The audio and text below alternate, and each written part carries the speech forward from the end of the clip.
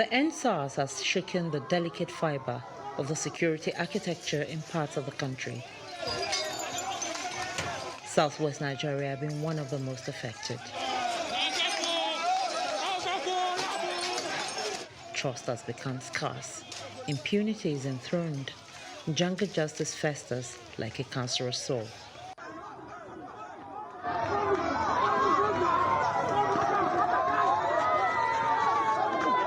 Once somebody shouts Ole, everybody just rushes out from Lungu, from different corners, and begin to pursue a man that is presumed innocent until he's investigated and the church pronounces, the judge or the court or the magistrate pronounces him guilty of such offense.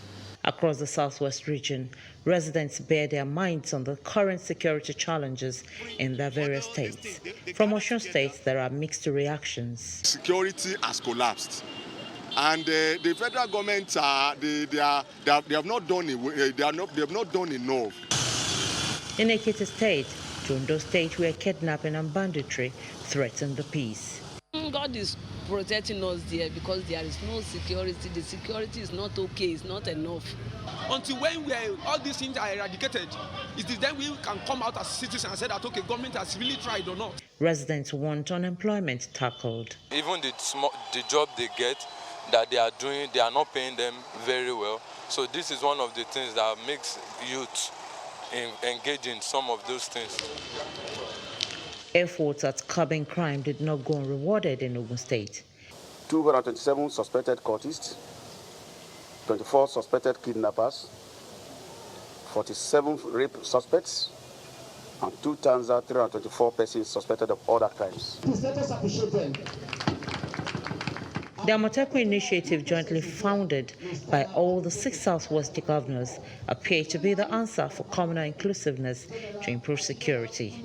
The government needs to redesign the security network within the Southwest as much as possible, work with traditional rulers within the communities, and those community vigilantes would perform greater work. Government at all levels are constantly making provisions to rejig the security systems put in place across the region, from provision of vehicles, communication gadgets, firearms, and other logistics. However, the greatest challenge yet appears to be attitudinal. Our people must also be ready, to get reoriented.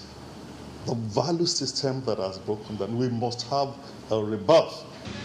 Apparently, all hands must be on deck by all stakeholders to change mindsets, to restore trust, courage, and mutual respect, in order to improve efficiency of security operatives who continue to insist that jungle justice must not find a place in the social order.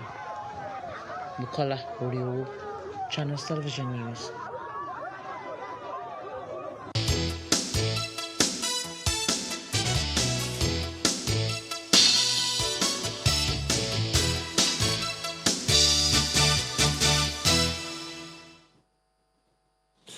Well, thanks for staying with us.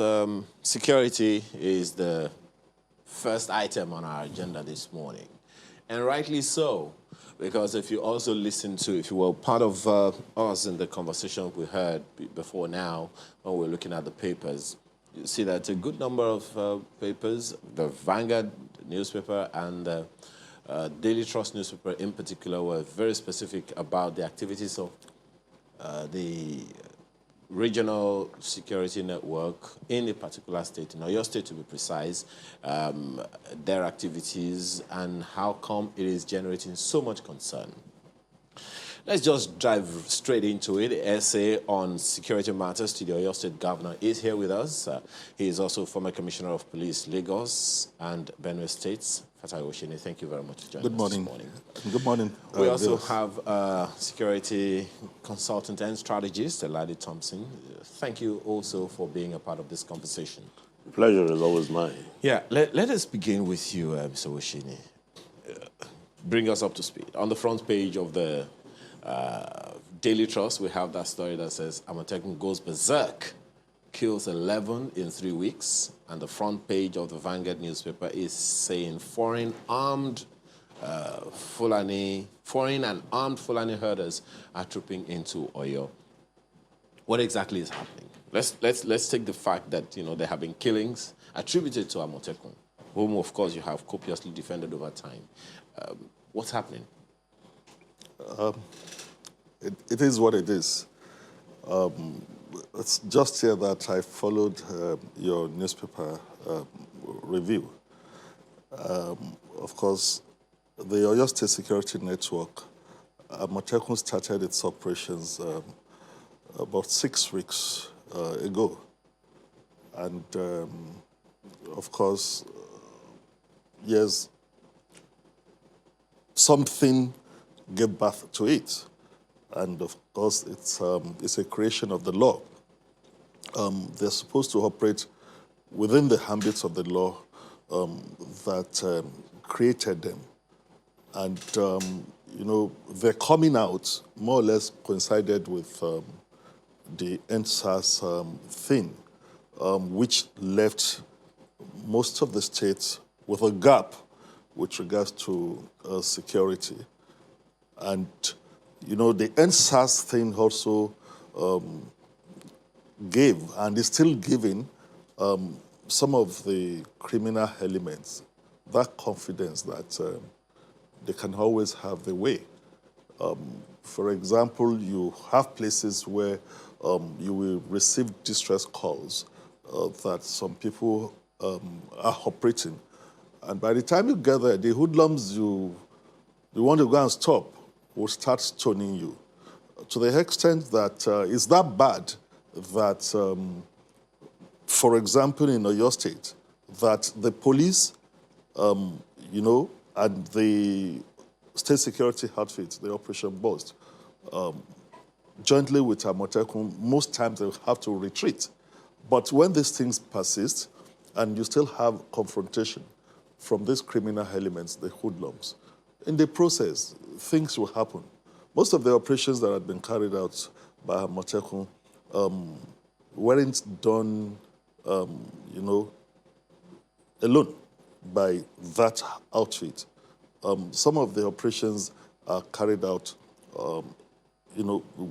together with the conventional security outfit and some of the non-state actors.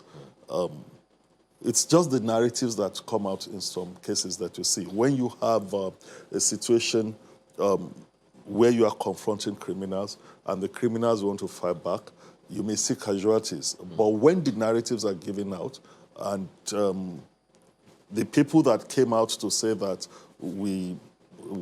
this NSAS thing, some criminal elements joined, so that they could be doing their thing. So it follows that you will still have some people that will not like the outfit. And so when stories are written, the narratives that are pushed out sometimes may not be the reality. Well, you may have to be a little clearer on that, because one of the you may also want to confirm whether or not it is true that a civilian, unarmed, was also killed. One Tosin Thomas was killed, just a few days back. He wasn't armed, and it was just some trigger-happy, a trigger-happy operative of Amotekun that, performed the operation, that killed the young man from the account of the leader of the team that went to the fuel station at Mokola in Ibadan. So just exactly what happened at that point, and how do we know that these things are not replicated in all parts of the state?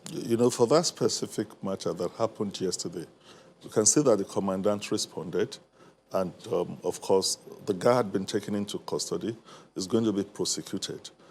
But the way I want you to look at it, this is an outfit that started operation about 6 weeks ago.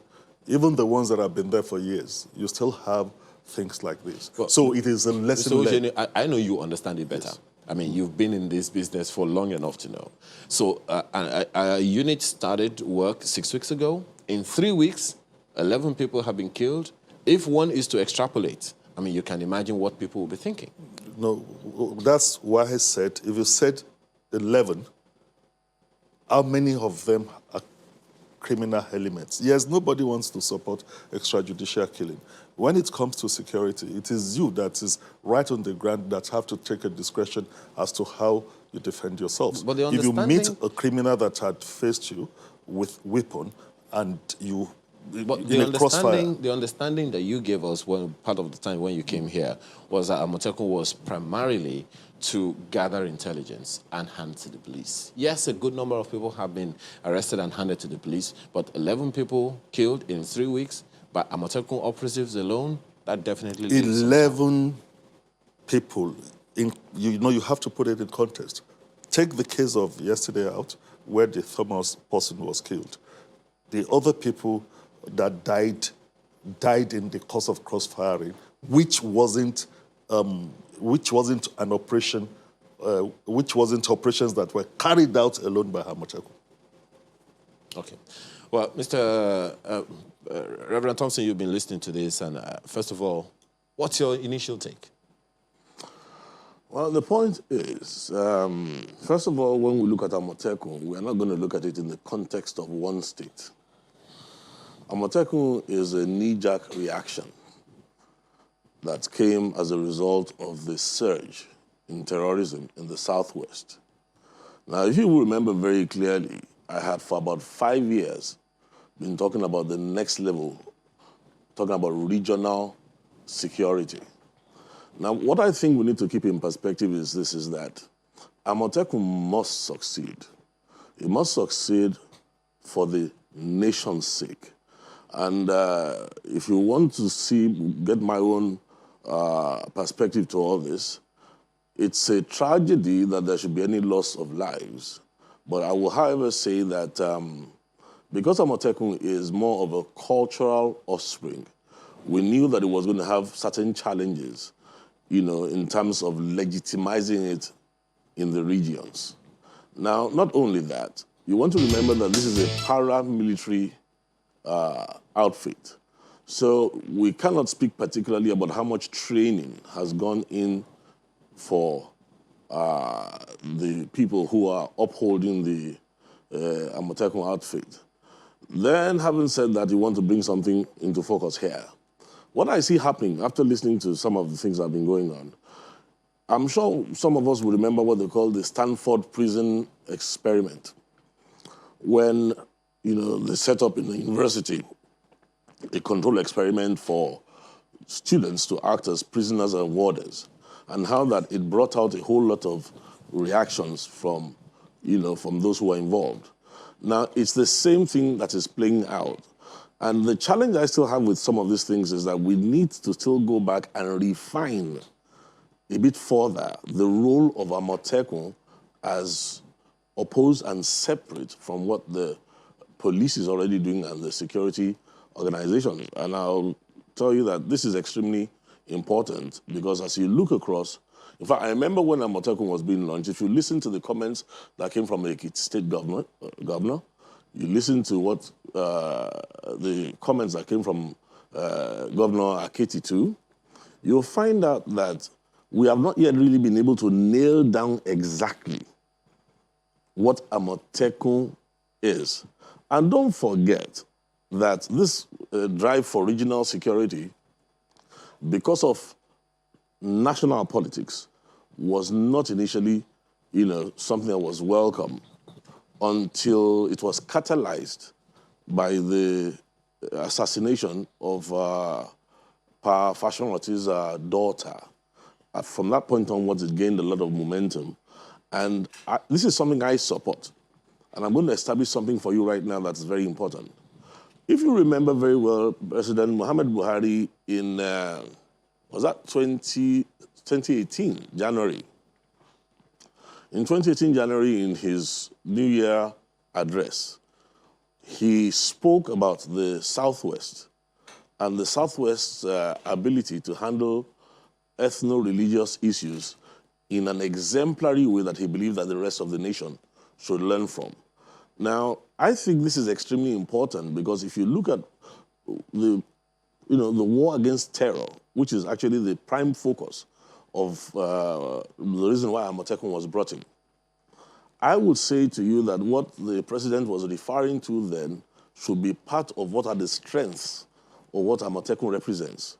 We have seen across the country already that military force, the kinetics as it were, represents maximum 35% of the solution to this war against terror. And if there's anything that the Southwest has to offer, out of the 4 things that we need to tackle the kind of insecurity that terrorism brings, the Southwest actually can supply the rest of the nation if we harness the advantages of the Southwest. I want to commend the governors. I want to commend, all the players so far. I want to commend people like General Togo and co, who have done all they can. But I'm saying to you that what we're expecting from the Southwest, once all these teething problems are over, is the fact that apart from apart from changing the military response to an adaptive chain of command to respond properly to the challenge of terrorism, we have always expected, we wanted, a superior ideology, we wanted a superior value system, and we wanted a superior architecture of thought. Now, when General Muhammad Buhari commended the Southwest for its religious tolerance and its handling of ethno-religious issues, without really, if you look at one of the papers that was written by, I think, Professor Shekoni on the president's speech, you will trace the fact that in the Southwest, we can actually extract the narrative that we need from that same Southwest. The value system that we need to enhance in the country is also available there.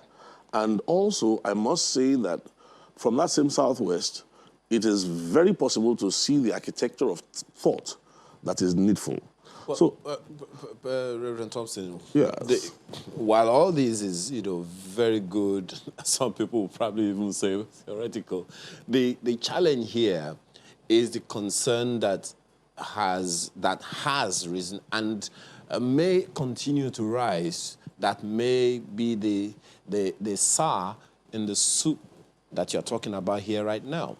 11 people killed in 3 weeks, and it's awash in, everywhere online and all of that. And if in 3 weeks, 11 people have been killed and one of them is a civilian, unarmed, we don't know if there are others who never made the headlines. If one was to extrapolate, without, any improvements in the architecture of this Amotekun that you are talking about and, praising so highly and loftily, which, of course, a good number of people all over the nation have commended, it could get worse.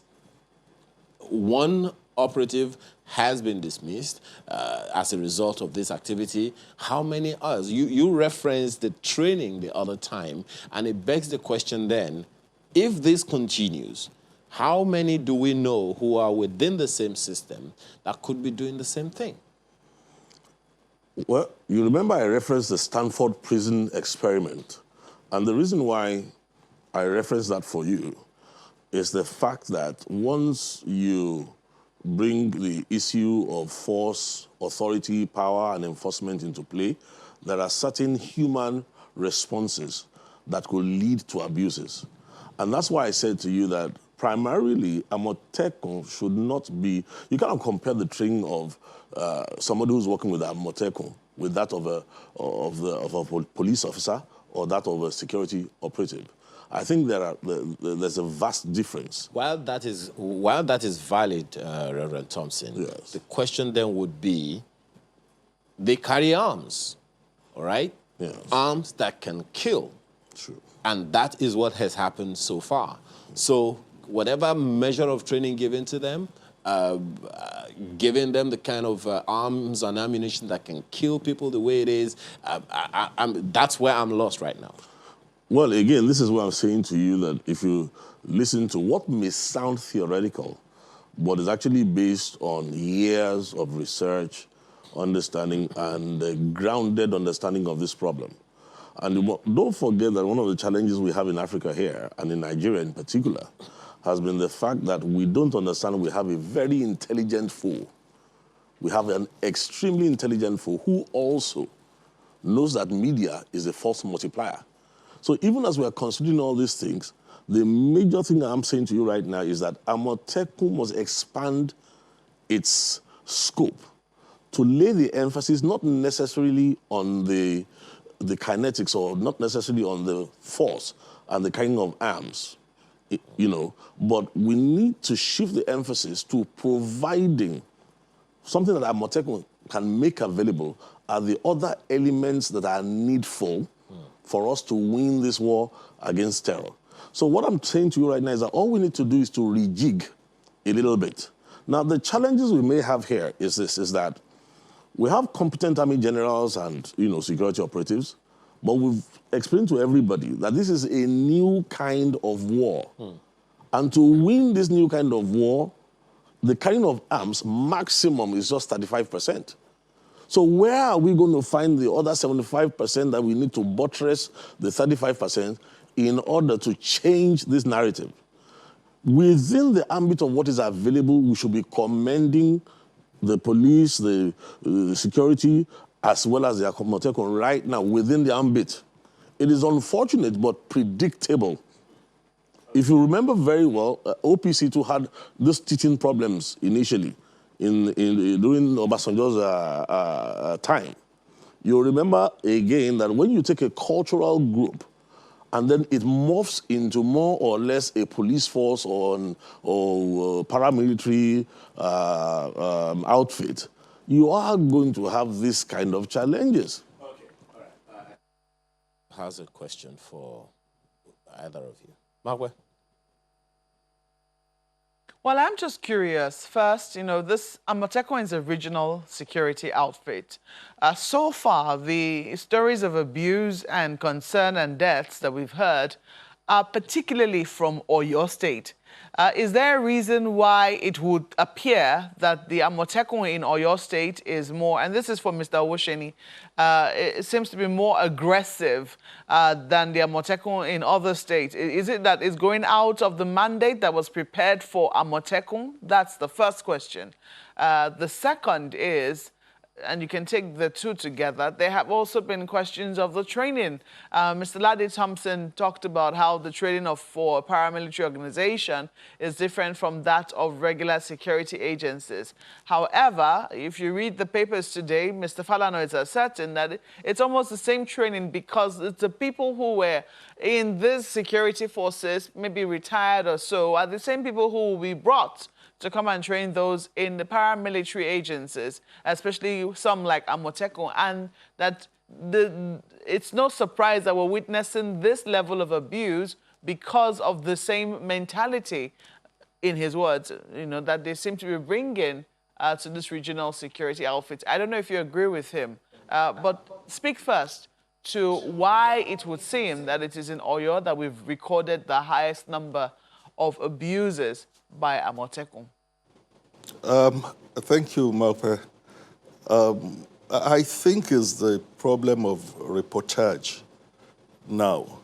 You see, I saw the headline, 11 persons so far killed by Amotekun in Oyo State. When I started, I was trying to explain in which context were those deaths recorded.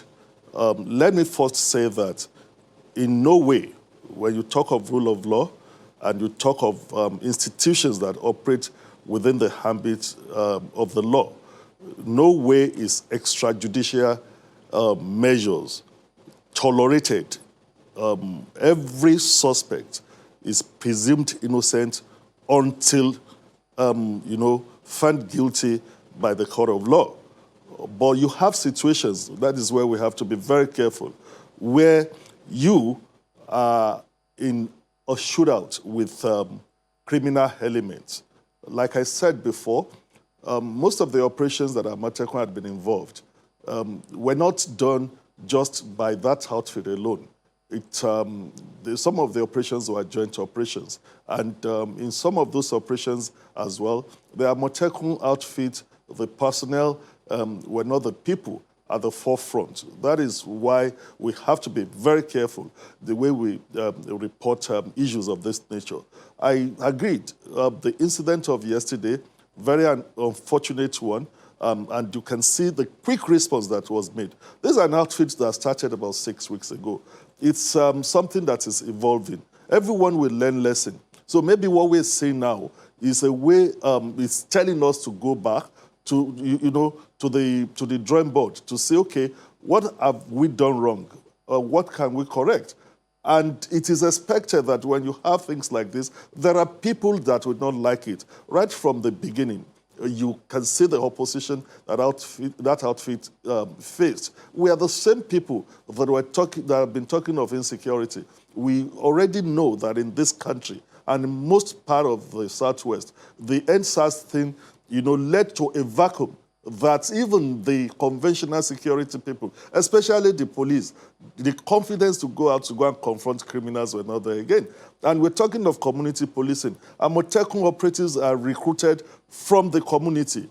The advantage is that they're more familiar with the area. They can identify people that they would say, okay, this is the guy that has been notorious in this place. So they do like a covert operations, give out the intelligence, and of course work with the conventional security outfit. However, most of the cases, the incident that happened, which happened in the course of crossfire, are being investigated. Let us wait for the outcome. We shouldn't judge. They started 6 weeks ago. We will learn lesson from that. We'll go back to the drawing board. But we shouldn't allow a situation where people that are opposed to that, let me first correct an impression. There is nothing like a regional security outfit as per the law. It is Oyo State Security Network. Each of the states in the Southwest have their own different outfits. So I don't want us to be gotten wrong that a regional security outfit had been created. So we are seeing this. We'll go back to the drawing board.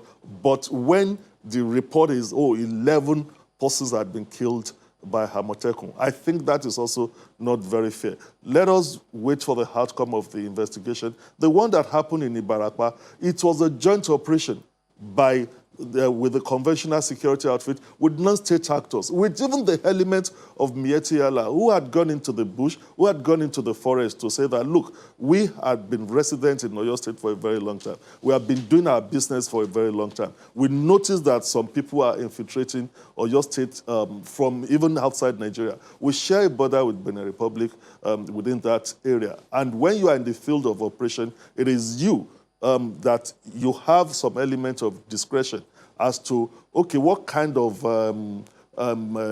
firing power are my enemies using? And for one reason or the other, there may be deaths that are recorded. So it's the way that is put, the reportage, and the way it is, couched to give it to give the outfit a bad name.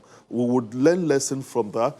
Extrajudicial killing is not tolerated. All the cases are being investigated by the police. Where people are found guilty, you can be sure that the law will take its course. The rule of law will be maintained. And of course, training cannot be adequate. It's something that is continuous.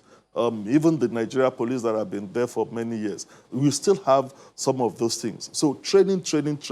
We'll learn from this. There are some of the cases that are unfortunate, but we shouldn't use that to now totally condemn the operation of Amotekun. As a child of necessity, it's because gaps had been created within the security architecture that we have.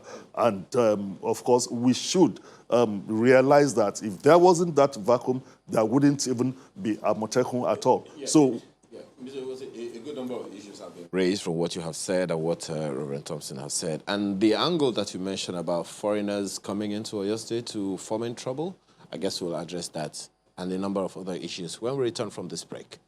Just stay with us.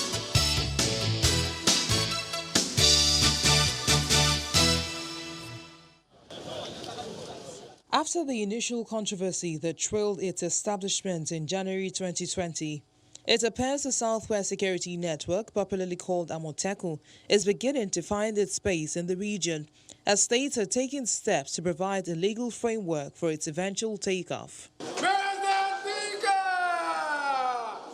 To drive home this point, Members of the Oyo State House of Assembly marched into the complex, all dressed in attires resembling the leopard skin, to deliberate on and subsequently pass the bill establishing the State Security Network Agency, codenamed Amotekun, into law. At the end of deliberations, the Speaker, Mr. Adebo Ogundoyin, gives an insight into what the exercise hopes to achieve.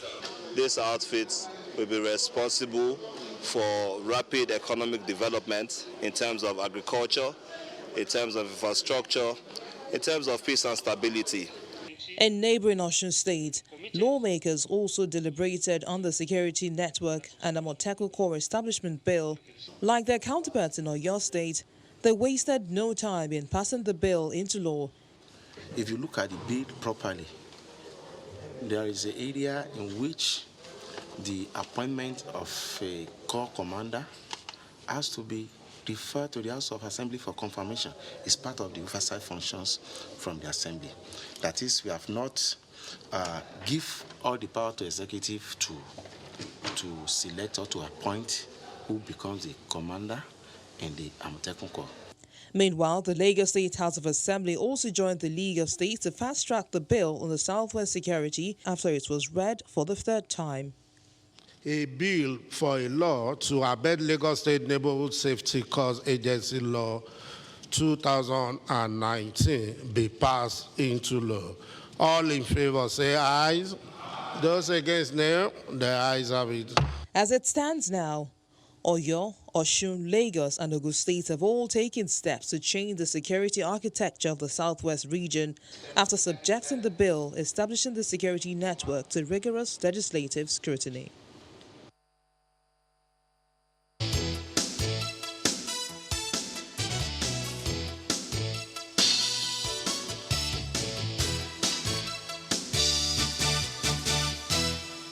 The conversation continues. Markwe. Well, I was going to accuse Mr. Osheni of speaking legalese when I, made reference to Amotekun being a regional security outfit.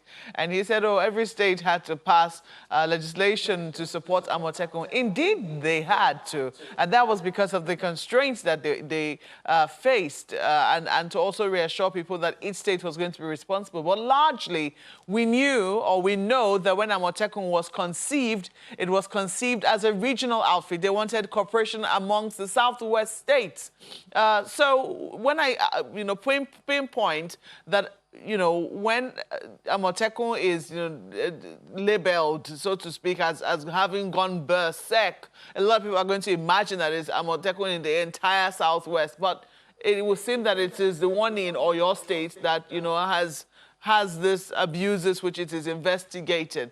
Nonetheless, there was a second part to the question which I asked, which is the fact that the training that Mr. Falana referred to about bringing the same kind of training or mentality, so to speak, which you have prevalent among regular security agencies into Amotekun. How do you respond to that? Do you think that that could have any influence whatsoever in terms of how security operatives or para-security agencies carry themselves? Thank you. As such kind of thing has influence even on the conventional security outfits, the Nigeria police, the military, and everything. That is why we talk of continuous training, training and retraining. When Amotekun operatives were recruited in Oyo State, they were actually taken to Emmanuel Alayande College of Education in Oyo, where their training was conducted. And I can tell you as of a fact that in the training, the element of respect to fundamental rights, in order to avoid abuses, were incorporated into it. Members of the Nigerian Bar Association gave them talk. Civil society organization also went there to give them training. But it can never be enough. It is when things happen like this that you look at the gap. And mind you, and I want all of us to know, this is an unusual time. We've always said that, the methods, the sophistication with which crimes are committed now are different from in the past. The pandemic and the NSAS thing had brought in different, narrative to what is called security challenges. You have situation now where some of the criminal elements that joined the NSAS went to prison, went to police stations, carted weapons, stole weapons that are still being used freely. So you are not dealing with just, those manual, analog criminals again. So where you have such situation, you won't but have issues like this in shootouts where criminals had engaged you. So we should not just totally condemn what that outfit is doing. It's a child of necessity. They are there to fill a gap, but we should be very careful. We had the same people after NSAS that had come out to say, oh, the police had left the road. Crimes are increasing. And we are the same people that are coming to say that, oh, the people that are helping us to solve these crimes are overdoing things. All what I know is that it's the learning stage. Investigations are being conducted. Don't let us be judgmental.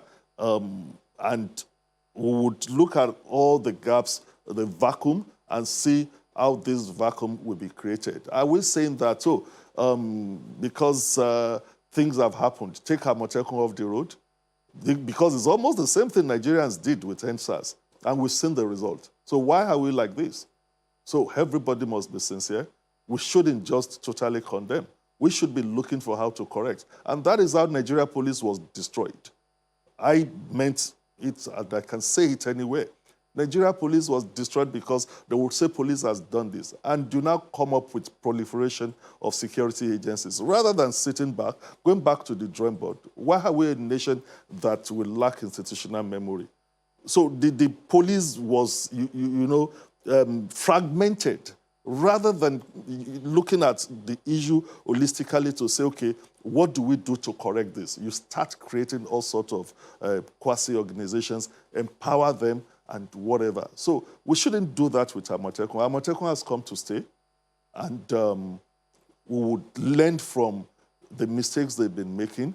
We would appreciate even people that think that they have input on how to correct it, rather than condemning. We shouldn't condemn it. We know what we are facing in Oyo State. It's an unusual time.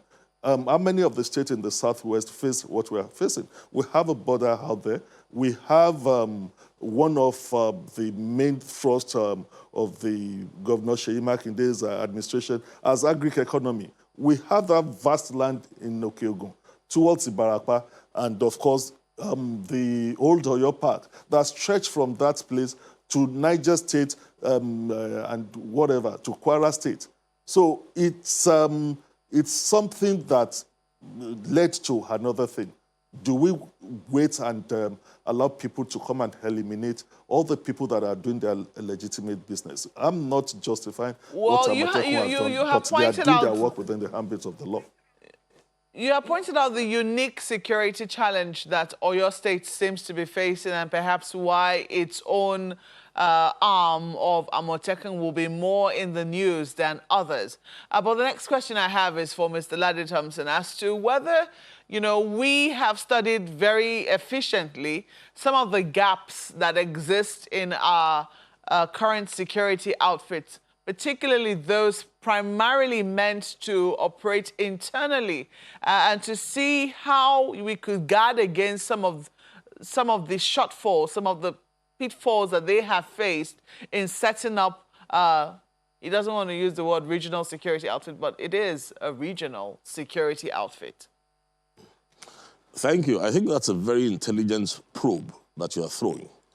And let me just piggyback on that probe to give a very an open warning.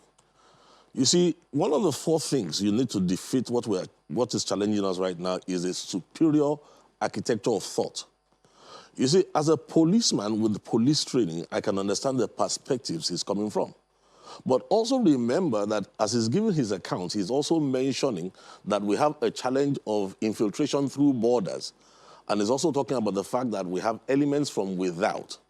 Now, for somebody like the general, the brilliant General Togun, who is also in Oyo State, you see, at best, his training as a brilliant general, he will be talking about Clausewitz, the Trinity of War, and primordial violence and things like that. Now, what I'm trying to point out to us is that if we don't wake up to the fact that the enemy you are dealing with right now has not only studied the military, has not only studied the police, but is thinking beyond all that, and it is opportunistic, it will exploit every fault line that you have. I'm going to get practical now. Let me get practical for you to understand how sophisticated this thing is, what we are up against. Okay, he has pointed out right now that they had joint operations because of the technicalities involved in carrying arms and all that. Now, why is it that when the media was going to report that issue, it singled out Amotekun and then quotes 11 dead and the word berserk? If you ask me, it sounds like something that was generated by artificial intelligence. Why do I say so? The people that what you are up against is a war form. It's not a game, it's not just a crime, it's a war. It's a hydra. It's extremely intelligent, and it knows that if it exploits the media as a force multiplier, it can turn the people's opinion against Amotekun.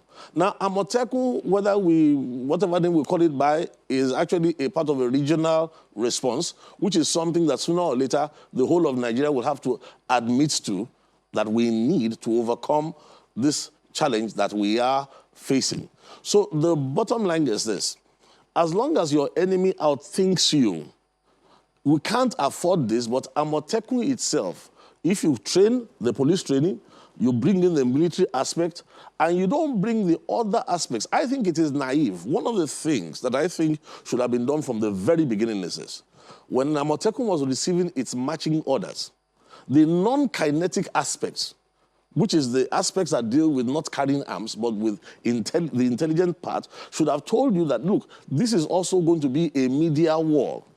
So there should be an arm of Amotekun that thinks ahead.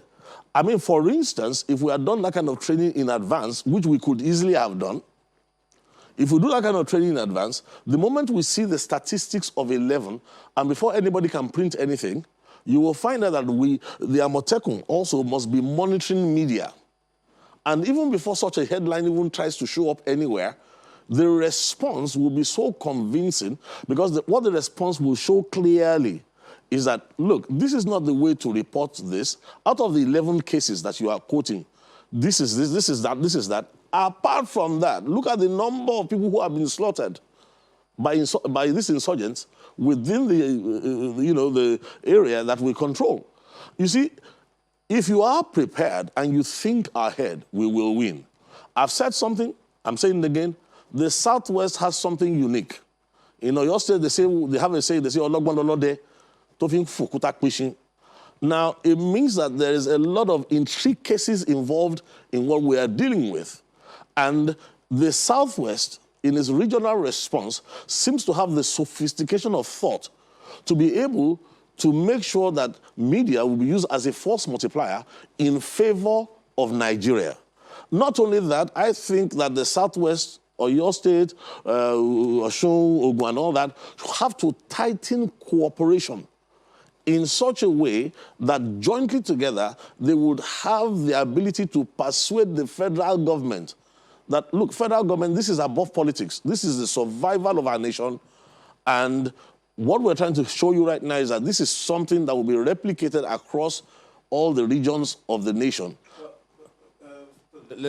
Something that you said and Mr. Osheni had also mentioned earlier is the infiltration of foreigners into Oyo State and perhaps most certainly other parts of the country as well. So one is wondering, now when you talk about collaboration with other agencies, perhaps some specifics might be important here, because the police is supposed to be in partnership with border security agencies that are involved with the borders, the immigration service, the customs service, and all of that. So if we put all of that together, What is on the front page this morning ascribed to General Togun and the governor of Oyo State? Would you say then that these federal agencies are aware of these things before they even made the headlines in the first place? Okay. Well, if that's directed at me, let me just say this to you. In fighting this war against terror, at the national level, we have said certain things. Even when we commend the National Security Strategy document that has been upgraded for 2020, part of what we have looked at is that there's a salient elements that have to be addressed in terms of fifth columnists and enablers, because part of the strategy of this new war form is that if it infiltrates the host body and tries to collapse you from within. What we're pointing out again is this: in the southwest, it's the same people of Oyo State, Ogun State, and Ondo State who say Pelelako, Olabu. What we're saying is that this region has the sophistication of thought, the sophistication and the architecture of thought that can tackle these things headlong. Take that you know, he has mentioned the non-kinetic aspect, and that is why, you know, in operations like this, you talk now of counter-insurgency, counter-terrorism, rather than anti-terrorism and all those things. One of the key elements that have always been missing is the failure of intelligence. And that is why the issue of community policing has surfaced again, which is also part of what Amotekun is doing. And the fact that we've not accepted that we have ungoverned spaces, that concept is something that we've not understood. And I think it is part of what we are doing in Oyo State now, that if the old Oyo Park that has been there, when you used to have the forest guards, when you used to have the Nigerian police that has a cavalry section, you know, a well-funded mounted troop that would patrol that area. The same thing is happening in the north. I worked in Benue State and I saw that. So we must accept the reality that we have ungoverned spaces, places that have been acquired for a very long time by government. You have displaced the farmers, the hunters that operate in those places, and criminal elements are now using that void to dominate the place. They are now the people that govern that area. And we are realizing in Oyo State that if we have that stretch from Oyo that goes into Kwara, that goes into Niger, it's been abandoned. Some of these facilities belong to the federal government. And one key thing in addressing the issue of ungoverned spaces is not just about people saying, go and buy drones, go and do this. With all the technology in the United States of America, have they been able to monitor their border? Human intelligence. So is the element of human intelligence that had been introduced into, that part of the non-kinetic aspect that has been introduced into the operation. And you've seen that void, and we feel that we must dominate the place. Places that are otherwise ungoverned, we must make it to look like things are happening there. The farmers that were operating there had left the place. The government had acquired these areas, this forest, for years, 20, 25 years. Nothing is happening. Just like they will say, nature abhors vacuum. So in this case, the criminal element now become the government in that place. And we've seen that. And we now said, okay, with reports that we are getting from human intelligence, let us be proactive. And that is what is happening. Okay. And you will expect that people would fight back. Now, criminal elements don't even want to see security on the road. They want to operate freely and work freely. So that is why I want to plead with the media. When the Daily Trust put 11 persons have been killed, it didn't balance it to say it just reported about Amotekun. We didn't say kidnapping are taking place. People were killed. Part of the balance, that's the farms headline. Were destroyed. That's the headline. You know? But if you dig into the story, you'll find some other things that are. It wasn't mentioned there at all. The headline, just like I want to be sincere with you. Okay. I've been in public service. Mm-hmm. You will even confront some of the fellows, and they will say, "Yes, we must use that headline so that they will sell a paper." The business element is there.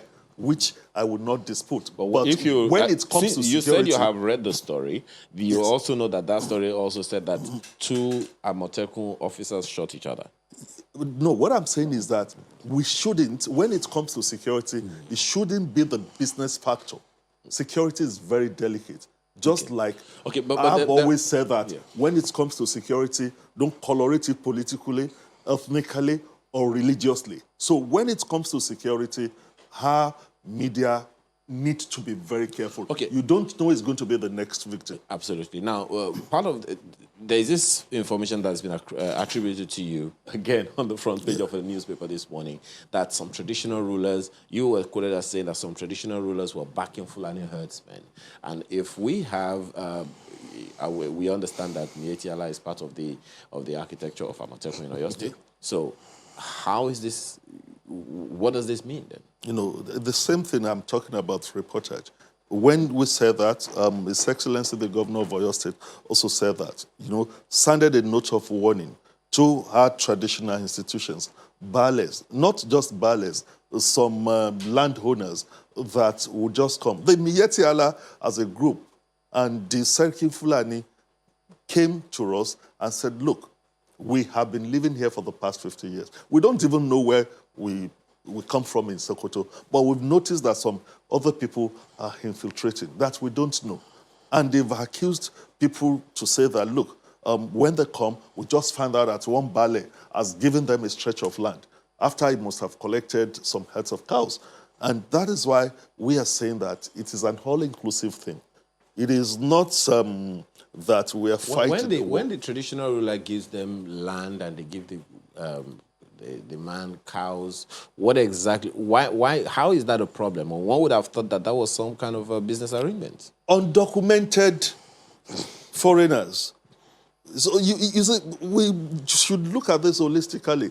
We have a problem in this country. The borders are porous. Which led me to ask that question about collaboration with border operatives, the immigration service at the borders, the customs service at the borders. That is being done in Oyo State, just like at the federal level. So how can we have infiltration if that is being done? Can you police Nigeria border? Don't let us fool ourselves. We are a borderless country, and it's been globally, and that is why some elements had not accepted the concept of ungoverned spaces. Because when you talk of it, and you talk of it in the context of sovereignty, you would say that a sovereign country has a border, and you have your sovereignty. We are fooling ourselves. It's a borderless country. Right. So we must accept that concept that there are ungoverned spaces. We'll be fooling ourselves if we don't accept that. Reverend Thompson, I'm a little confused here, and I believe you can give us some guidance so that other people will also understand as well. Nigeria, as a country, has borders with other countries from the states. Is there any responsibility that the states can? Yes, we know customs is under the federal government's authority, immigration service is under the federal government's authority, but should we have some form of collaboration or authority levels with the state governors such that they can also find a way to monitor infiltration of foreigners into the country? Well, again, let me just say this quickly again, that he used the word that I just like now. He said holistic. You see, as long as we try to look at this problem in little bits and pieces without understanding what we are dealing with as a whole, it will continue to exploit many fault lines. Now, remember, I'm going to emphasize this for you again. In other parts of the country, we have had the same problems of porous borders.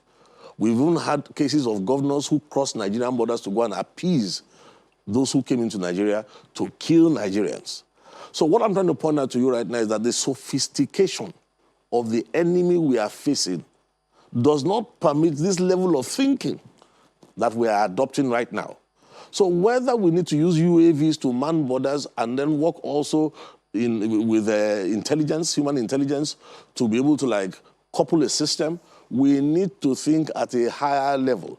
And I will remind you again that the peculiarity of the Southwest, you see, if the Southwest is not able to rise to occasion Don't forget, 2018, I said, January speech of General Muhammad Buhari, he admired and said the Southwest has something to teach others around the nation. If the Southwest cannot use its advantages, like we've said for non-kinetic now, in all other parts of the country, and the greatest failing of Nigeria so far has been this focus on kinetics, to solve a problem that is bigger than kinetics. Now we come to a region that is openly admitted has quite a number of the elements that are non-kinetic that can fix this problem. We won't even be talking about headlines at all if during the training sessions that we held initially, we had strategic sessions where we spoke about media being a force multiplier and showed how you can detect it. Listen, it doesn't have to be to sell papers anymore to have all these alarming headlines. We have infiltration. There are global bodies that are buying up newspapers, buying up interests to be able to bring in headlines like this. We have moles in the system. And what we're saying is that the Southwest has the sophistication, even the language, even the proverbs and all that, to tackle this thing headlong. And if need be, something sensitive we've just spoken about right now is the Miyetti Allah inclusion in the architectural security. There's too much mistrust already. Now, as far as I'm concerned, in the Southwest, we need to become fools so that we can become wise. What am I trying to point out? Until you prove that there are members of Miyetti Allah who are colluding with the enemy, there's no point shouting wolf every time. And I'm saying to you that if this thing is done properly, under 2-3 months, if indeed there are moles in the system, whether it's from Miyetti Allah or from any other, or even compromised people based on finances, then Amotekun should be able to do this. And also remember that even the political divisions, this thing will exploit every fault line, even political ambitions, political divisions. And my own final word is this: if we want this country, we may be sitting in an air-conditioned studio talking like this right now, but what we're discussing is a matter of the survival of this nation. And we must never let that out of sight. Absolutely. Well, we have to thank you, gentlemen. The bringing on the Miyetti Allah was just to underscore that there was no problem between Miyetti Allah and Amotekun, and that the headline that said that Fulani herdsmen were involved in the mix just needed to be cleared by Mr. Osheni, which he has done succinctly. But we have to thank you, gentlemen, for being a part of this conversation this morning. Fatai Osheni's essay on security matters to Oyo State Governor. Thank you so much for your time. Thank you so much. As well as Ladi Thompson, who is a security consultant and strategist. Thank you so much, gentlemen, for being a part of this conversation. We're back in a moment. Just stay with us.